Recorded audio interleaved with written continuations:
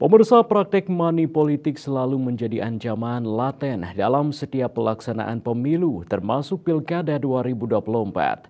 Untuk meminimalisasi potensi pelanggaran tersebut, Badan Pengawas Pemilu Bawaslu Tabanan menggencarkan koordinasi dengan para pemangku kepentingan stakeholder di setiap tahapan pemilu. Ketua Bawaslu Tabanan Ketut Narte menyatakan bahwa koordinasi intensif dengan berbagai pihak dilakukan sebagai langkah antisipasi terhadap praktek politik uang yang merusak esensi demokrasi. Bawaslu mengajak seluruh stakeholder termasuk masyarakat untuk bersama-sama mengawasi setiap tahapan pemilu agar bersih dari money politics.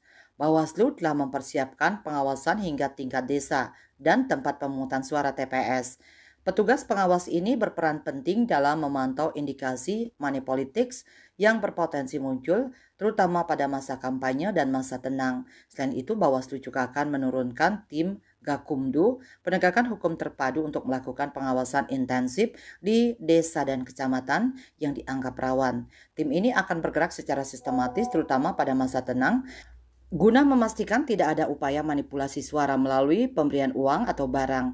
Sementara itu, Ketua Divisi Pencegahan Partisipasi Masyarakat dan Hubungan Masyarakat Parmas Bawaslu Tabanan, Niputu Ayu Winariati menambahkan dalam tahapan kampanye yang berlangsung hingga saat ini, Bawaslu Tabanan menyatakan belum menemukan indikasi praktek money politics. Meski demikian, kewaspadaan tetap ditingkatkan. Sanksi money politik ini berat, yakni sanksi pidana.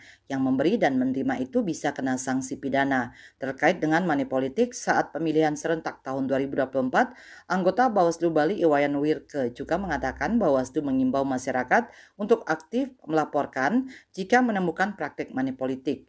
Dengan kerjasama semua pihak diharapkan pemilihan serentak tahun 2024 dapat berlangsung secara jujur, adil, dan bermartabat. Puspawati Bali Pos melaporkan.